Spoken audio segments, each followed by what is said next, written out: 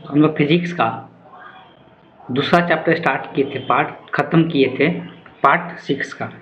आज हम लोग स्टार्ट करने वाले हैं पार्ट 6 का तीसरा चैप्टर। तो तीसरा चैप्टर जो है वो नाभिक की संरचना के बारे में पढ़ना है, और इसमें नाभिक की संरचना पर ही हम लोग को रेडियो एक्टिव पदार्थ के बारे में भी जानना है। तो हम लोग जानेंगे नाभिक की संरचना कैसा होता है। एक तो हम लोग पहले जान चुके हैं, अगर एक परमाणु का बात करते हैं तो परमाणु के बीच में क्या होता है, नाभिक होता है। नाभिक में प्रोटॉन और न्यूट्रॉन पाए जाते हैं। इस चीज़ के बारे में हम लोग पहले से जानते हैं, ठीक। और इसके चारों तरफ क्या होता है, इलेक्ट्रॉन घूमते रहता है। तो इससे बनने वाला जो स्ट्रक्चर होता है उसको हम लोग परमाणु कहते हैं। लेकिन बेसिकली आज के डेट में आज का ये जो चैप्टर है उस पर किस पर फोकस करना है, तो हम लोग को नाभिक के ऊपर फोकस करना है। नाभिक की संरचना के बारे में सबसे पहले दिया हुआ है, तो इसमें हम लोग देख लेते हैं क्या क्या चीज़ें दिया हुआ है। तो रेदरफोर्ड के अल्फा कण परिकीर्णन के प्रयोग से यह सिद्ध हुआ था कि परमाणु के कुल धन आवेश तथा लगभग कुल द्रव्यमान उसके केंद्र पर ही सूक्ष्म स्थान पर संकेंद्रित होते हैं। तो ये हम लोग रेदरफोर्ड के एक्सपेरिमेंट से हम लोग ये पता चला था कि जो ज़्यादातर जो धन आवेश है वो कहाँ पे है, वो सेंटर में है, बीच में है, ठीक है। और उसी से परमाणु का पूरा द्रव्यमान उसी पे डिपेंड होता है। परमाणु का पूरा द्रव्यमान उसी पर डिपेंड होता है।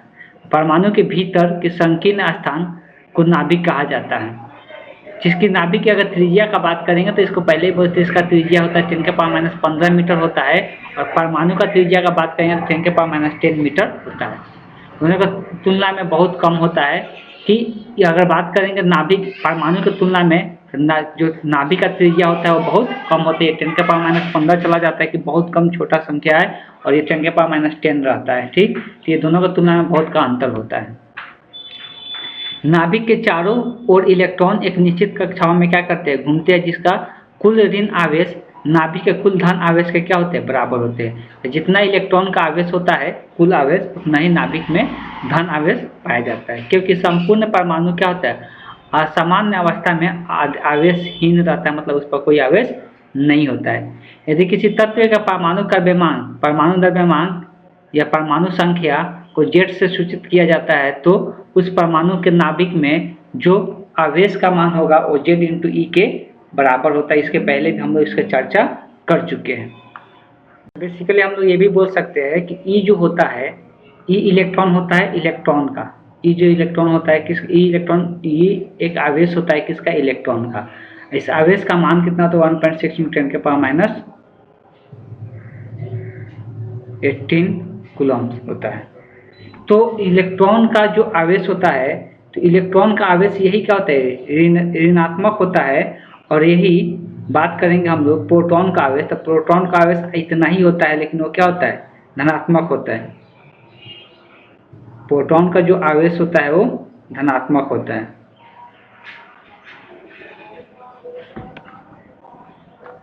तो 10⁻19 होता है, थोड़ा मिस्टेक हो रहा था। आगे चलते हैं तो हम लोग बात करेंगे कि और क्या चीज़ें दिया। तो ये जो होता है इलेक्ट्रॉन का आवेश के बराबर धन आवेश होता है। किसी परमाणु के नाभिक में कुल धन आवेश का बात करेंगे तो प्लस ई आवेश को किसका, पूर्णांक गुणज होता है। मतलब पूर्णांक गुणज मतलब वही जो परमाणु की जो संख्या होगा उससे क्या कर दो, गुना कर दो, तो वही क्या हो जाएगा, वो नाभिक पर आवेश हो जाएगा। नाभिक में बात करते हैं, नाभिक में दो चीज़ें होता है, एक प्रोटॉन होता है, एक न्यूट्रॉन होता है। तो न्यूट्रॉन और प्रोटॉन का ही जो द्रव्यमान होता है उसी का द्रव्यमान मिलकर पूरा परमाणु का द्रव्यमान बताया जाता है। इसलिए जो इलेक्ट्रॉन का द्रव्यमान होता है वो बहुत कम द्रव्यमान देखने को मिलता है। यहाँ यह स्पष्ट जानना आवश्यक है कि नाभिक की संरचना में केवल धन आवेशित कण प्रोटॉन नहीं रहते, बल्कि उसमें क्या होता है, न्यूट्रॉन भी पाया जाता है, जो कि अन्य मूल्य कण है। लेकिन न्यूट्रॉन पे कोई आवेश नहीं होता है, जिसका द्रव्यमान प्रोटॉन के द्रव्यमान के लगभग बराबर होता है। जिसका द्रव्यमान जो अगर बात करेंगे न्यूट्रॉन का, तो प्रोटॉन के द्रव्यमान के लगभग बराबर देखने को मिलता है।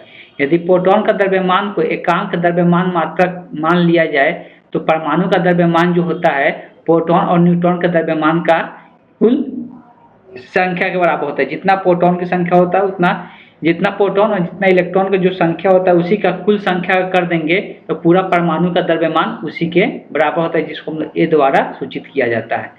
और जेट ए को परमाणु का द्रव्यमान संख्या भी बोला जाता है, या न्यूट्रॉन संख्या भी, न्यूक्लियॉन संख्या बोला जाता है इसको। या तो परमाणु संख्या बोले या न्यूक्लियन संख्या बोले। अब परमाणु संख्या को हम लोग किससे दिखाते हैं, जेड से दिखाते हैं, जो कि परमाणु संख्या किसको बोला जाता है, तो प्रोटॉनों की संख्या को हम लोग क्या कहते हैं, परमाणु संख्या कहते हैं। अब थोड़ा बहुत हम लोग डिस्कशन कर लेते हैं कौन कौन सा पहले पॉइंट लिखना है। सबसे पहले चैप्टर का नाम सभी को लिखना है, नाभिक की संरचना, साथ में रेडियो एक्टिविटी लिखना है, structure of A nucleus and radio activity. उसके बाद नाभिक की संरचना हेडिंग डाल के कुछ पॉइंट इसमें लिखते चलना है।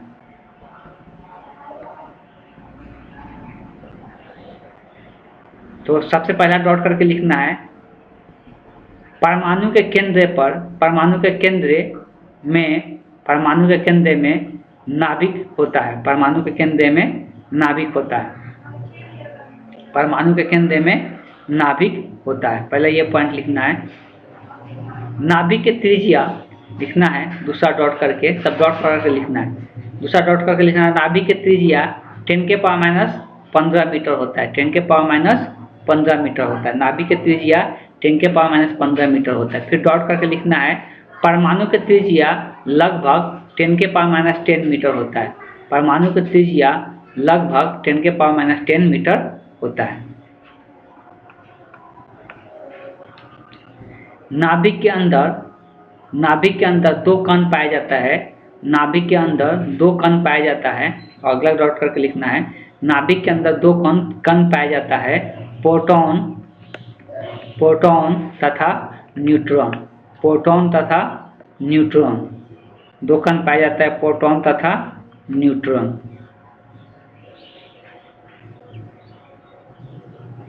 परमाणु पर आवेश, प्रोटॉन पर आवेश, प्रोटॉन पे आवेश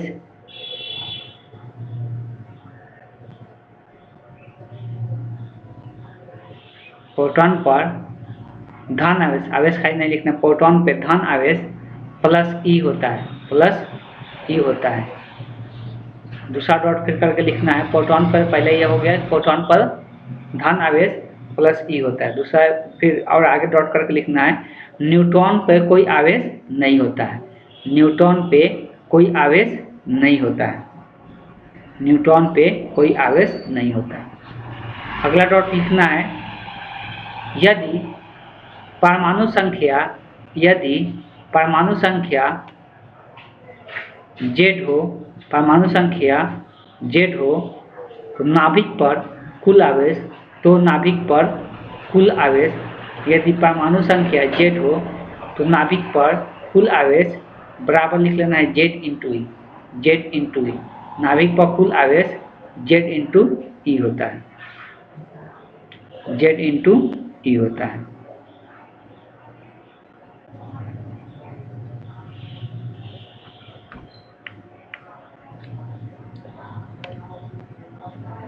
आगे लिखना है, प्रोटॉनों की संख्या जो होता है, क्या बोलते हैं, परमाणु संख्या। आगे लिखना है,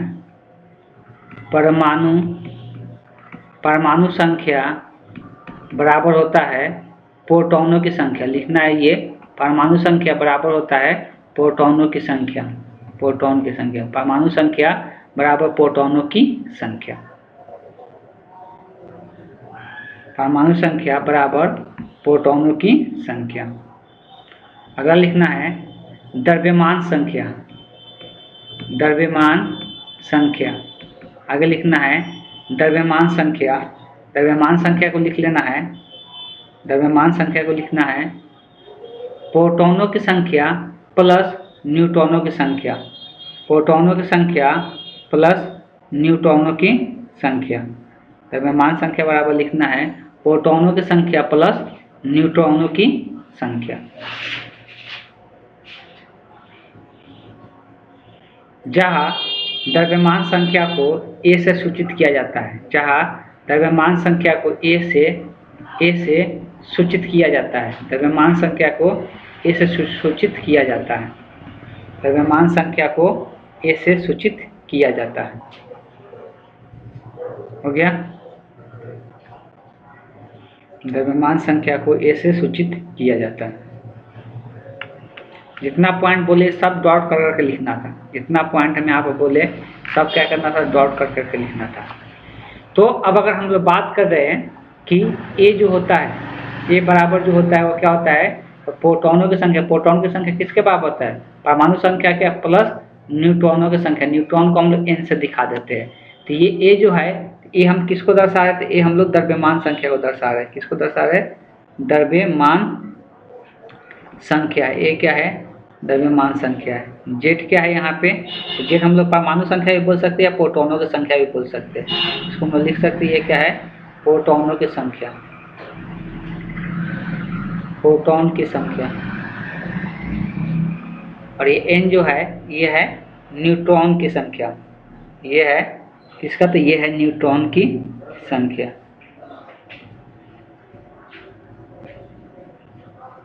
न्यूट्रॉन की संख्या, ये सब लिख लेना इंडिकेट करके ऐसे।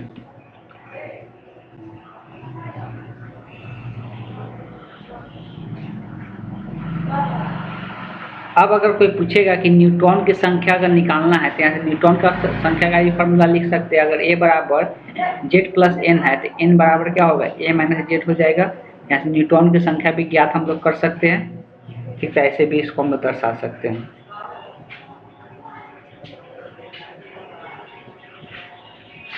अब यहाँ पे एक और डॉट करके लिखना है, एक नाभिक को संकेत में हम लोग कैसे दर्शाते हैं। एक नाभिक को संकेत में दर्शाया जाता है एक्स जेड ए। यहाँ पर होता है जेड जो होता है ये परमाणु संख्या होता है, ए जो होता है द्रव्यमान संख्या होता है, और एक्स दर्शाता है किसके, तत्वों के नाम। ये क्या है, ये तत्वों के नाम है। यहाँ से इंडिकेट कर सकते हैं, नाभिक के संकेत में ऐसे दर्शाया जाता है। और यहाँ पे जहाँ लिख सकते हैं, जहाँ एक्स क्या है, तत्व है, एक्स क्या हो गया, तत्व हो गया, और एक क्या हो गया, द्रव्यमान संख्या हो गया, द्रव्यमान संख्या हो गया, और जेड जो हो गया परमाणु संख्या हो गया। तो परमाणु संख्या को नीचे द्रव्यमान संख्या को ऊपर दर्शाया जाता है, परमाणु संख्या। तो इस तरह से दर्शाया जाता है, सभी को इस प्रकार से दर्शा लेना है। ठीक, कितना कुछ इसमें इंपॉर्टेंट पॉइंट था जो कि लिखवा दिया गया कि इसमें नाभिक की संरचना में। आगे अगर बात करते हैं तो द्रव्यमान क्षति भी इस प्रकार का इसमें दिया हुआ है कि द्रव्यमान क्षति, तो कुल द्रव्यमान में से कुछ कमी हो जाता है तो उसको हम लोग क्या कहते हैं, द्रव्यमान क्षति कहते हैं। जब न्यूट्रॉन और प्रोटॉन मिल के बनते हैं तो उसमें से कुछ न्यूट्रॉन या तो बाहर निकल जाते हैं, किसी तरह से उसमें न्यूट्रॉन घट जाता है, तो उसमें द्रव्यमान का क्षति हो जाता है, द्रव्यमान में कमी हो जाता है। हम लोग लिख सकते हैं कुल द्रव्यमान में से कुछ कमी हो जाता है, उसे हम लोग द्रव्यमान के इस कमी को द्रव्यमान क्षति कहते हैं। एक और पॉइंट सबको लिख लेना है, आगे भी द्रव्यमान क्षति का नाम सुनने के लिए मिलेगा, लेकिन यहाँ पर भी इंडिकेट कर लेना है द्रव्यमान क्षति, द्रव्यमान क्षति। हम लोग यहाँ पे लिखेंगे कि जब द्रव्यमान संख्या में से कुछ द्रव्यमान की कमी हो जाती है, कुछ द्रव्यमान की कमी हो जाती है, तो द्रव्यमान के इस कमी को द्रव्यमान क्षति कहते हैं। द्रव्यमान के इस कमी को द्रव्यमान क्षति कहते हैं। ठीक है, तो इस तरह से ध्यान में रखना है, द्रव्यमान की इस कमी को द्रव्यमान क्षति के नाम से जानते हैं। प्रोटॉन के बारे में हम लोग चर्चा नहीं करेंगे, प्रोटॉन के बारे में पहले से भी हम लोग बहुत सारी चीज़ें जानते हैं। तो आगे हम लोग अब डायरेक्ट चर्चा पे आएंगे न्यूट्रॉन के बारे में, इसलिए इस चैप्टर में न्यूट्रॉन के बारे में अक्सर हम लोग को इसमें जानना है।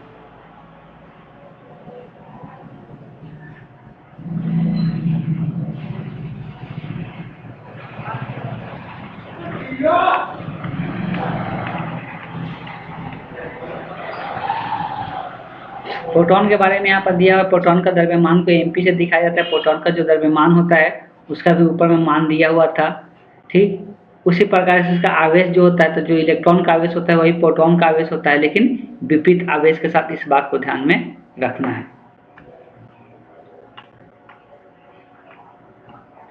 आगे हम लोग चर्चा कर लेते हैं न्यूट्रॉन पे। बेसिकली न्यूट्रॉन एक ऐसा कण होता है जिस पर कोई आवेश नहीं होता है। न्यूट्रॉन एक ऐसा कण होता है जिस पर कोई भी आवेश नहीं होता है, इस बात को ध्यान में रखना है। प्रोटॉन के समान न्यूट्रॉन भी किसी पदार्थ के एक मूल्य कण है। तो किसी पदार्थ का एक क्या है, मूल्य कण है, प्रोटॉन के समान भी न्यूट्रॉन। जो परमाणु के नाभिक में प्रोटॉन के साथ रहता है, जो किसके साथ ही हमेशा रहता है, तो यह नाभिक में हमेशा ये प्रोटॉन के साथ में रहता है न्यूट्रॉन। न्यूट्रॉन का द्रव्यमान का बात करेंगे तो इसका द्रव्यमान प्रोटॉन के द्रव्यमान के बराबर होता है, 1.67 × 10⁻27 किलोग्राम होता है। वास्तव में प्रोटॉन का द्रव्यमान जो होता है इतना ही होता है, थोड़ा सा कहीं अंतर, यहाँ पर 6.75 है, यहाँ पर 6.73 है, ठीक। तो बहुत कम का अंतर होता है, थोड़ा सा अधिक ये, थोड़ा सा ये, कौन अधिक होता है, तो वास्तव में प्रोटॉन के द्रव्यमान से थोड़ा अधिक होता है कौन, न्यूट्रॉन के द्रव्यमान। यहाँ देख सकते हो थोड़ा सा अधिक है। यह आवेश रहित कण है, लेकिन जो न्यूट्रॉन होता है इस पर कोई आवेश नहीं होता था, विद्युत क्षेत्र तथा चुंबकीय क्षेत्र के विक्षेपित ये नहीं हो पाता है। इस कण का खोज सर्वप्रथम किसके द्वारा किया गया था, चैडविक ने किया था, 1932 में किया। नाभिक से बाहर मुक्त अवस्था में यह कण अपेक्षाकृत अस्थायी होता है। नाभिक से अगर ये बाहर रहेगा मुक्त अवस्था में तो यह हमेशा क्या, ये अपेक्षाकृत अस्थायी देखने को मिलता है, यह स्थायी नहीं होता जब नाभिक से बाहर रहेगा तथा यह प्रोटॉन में बदल जाता है। नाभिक से बाहर रहेगा तो ये प्रोटॉन में भी बदल सकता है, तो प्रोटॉन में बदल जाता है और इस प्रक्रिया में एक बीटा कण उत्सर्जित होता है। तो प्रोटॉन में जब बदलता है तो इस प्रक्रिया में एक बीटा कण तथा एक अन्य कण एंटी न्यूट्रियॉन का उत्सर्जन होता है। एंटी न्यूट्रियॉन का उत्सर्जन होता है जब ये क्या होता है, तो जब इस नाभिक से निकलता है, नाभिक से निकलने के बाद, ये नाभिक से निकलने के बाद अस्थायी हो जाता है और ये किस में बदल जाता है, तो प्रोटॉन में बदल जाता है। और जब ऐसा घटना होता है, जब ये प्रोटॉन में बदलते रहता है, उसी केस में क्या देखने को मिलता है, दो प्रकार के इसमें कण निकलता है, एक बीटा कण के उत्सर्जन होता है और एक एंटी न्यूट्रिनो का उत्सर्जन होता है। एंटी न्यूट्रिनो का उत्सर्जन होता है, दो प्रकार के यहाँ से कण निकलता है। तो ये चीज़ें ध्यान में रखना है। तो न्यूट्रॉन हेडिंग डालना है और न्यूट्रॉन के बारे में थोड़ा बहुत कुछ पॉइंट लिखते चलना है। तो पहला पॉइंट लिख लेना, न्यूट्रॉन का द्रव्यमान लिख लेना है Mn। m का मतलब द्रव्यमान, n का मतलब न्यूट्रॉन का द्रव्यमान। 1.67 × 10⁻27 किलोग्राम होता है, ठीक है। दूसरा पॉइंट लिखना है कि यह विद्युत क्षेत्र तथा चुंबकीय क्षेत्र में विक्षेपित नहीं होता है। यह विद्युत क्षेत्र तथा चुंबकीय क्षेत्र में विक्षेपित नहीं होता है। जब यह नाभिक से बाहर रहता है, जब यह नाभिक से बाहर आता है, जब यह नाभिक से, अगला डॉट लिखना है, जब यह नाभिक से बाहर रहता है तो यह प्रोटॉन में बदल जाता है। तो यह प्रोटॉन में बदल जाता है, प्रोटॉन में बदल जाता है। इस क्रिया में एक बीटा कण जिसको हम इलेक्ट्रॉन ही बोलते हैं, एक बीटा कण तथा एक अन्य कण एंटी न्यूट्रिनो का उत्सर्जित होता है। एंटी न्यूट्रिनो का उत्सर्जित होता है। जब भी ध्यान में रखना है कि न्यूट्रॉन जब भी नाभिक से बाहर निकल जाता है तो किस में बदलता है, प्रोटॉन में बदलता है। अब प्रोटॉन में बदलते टाइम एक बीटा कण का निर्माण करता है और एक एंटी न्यूट्रिनो का निर्माण करता है। एंटी न्यूट्रिनो को ऐसे दिखाते हैं भी की तरह, उसके ऊपर बार दे देते हैं। अब बीटा कण को बी और -1 दिखाया जा रहा है, यहाँ पर -1 दर्शा रहा है इसके चार्ज को, इसके आवेश को, मतलब यहाँ पर इलेक्ट्रॉन का आवेश है एक, और इस पर ऊपर में दिखाएगा इसका कोई द्रव्यमान नहीं है, सिर्फ इलेक्ट्रॉन है, इसीलिए इसमें कोई भी द्रव्यमान नहीं होता है। इलेक्ट्रॉन में द्रव्यमान नेग्लिजिबल माना जाता है, इसलिए द्रव्यमान बहुत कम होता है, ठीक। तो ये दर्शाया जा रहा है बीटा कण को। इतना पॉइंट ये वाला नीचे वाला समीकरण भी दर्शा लेना है इसके नीचे।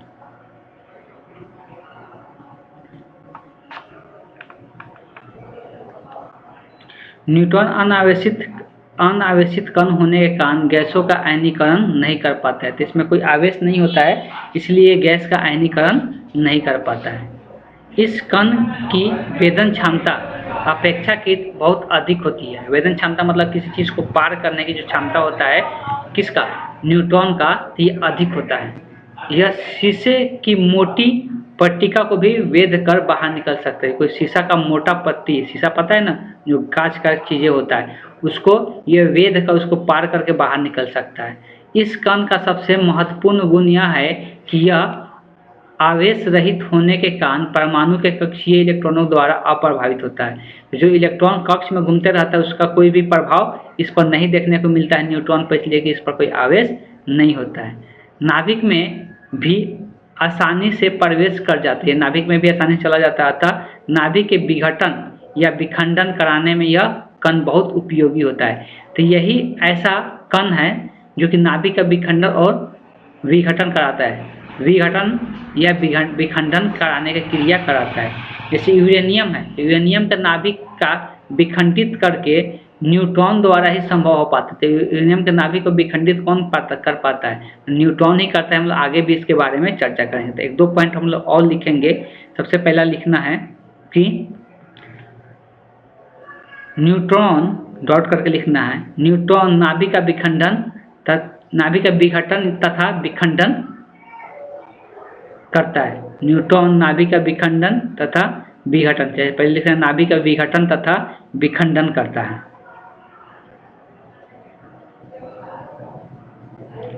इसका वेदन क्षमता अधिक होता है। अगला डॉट लिखना है, इसका वेदन क्षमता अधिक होता है, इसका वेदन क्षमता अधिक होता है। एक और डॉट लिखना है, यूरेनियम का नाभिकीय विखंडन भी न्यूट्रॉन द्वारा ही संभव होता है। यूरेनियम का नाभिकीय विखंडन न्यूट्रॉन द्वारा ही संभव होता है। ये अगला पॉइंट है। ठीक, इस प्रकार कुछ हम लोग न्यूट्रॉन के बारे में लिख लिए। अतिरिक्त न्यूट्रॉन का निम्नलिखित उपयोग दिया हुआ है। आगे जीव विज्ञान और शोध कार्यों में कैंसर के रोग को इलाज करने में भी इसका इस्तेमाल होता है और कृत्रिम रेडियो एक्टिव पदार्थ को उत्पन्न करने में भी इसका इस्तेमाल होता है। तो उसके ऊपर हम लोग चर्चा भी नहीं करेंगे। अब आते हैं नाभिकों का वर्गीकरण। नाभिकों को बांटा गया है, कौन सा वर्गीकरण में उसको हम लोग देखेंगे।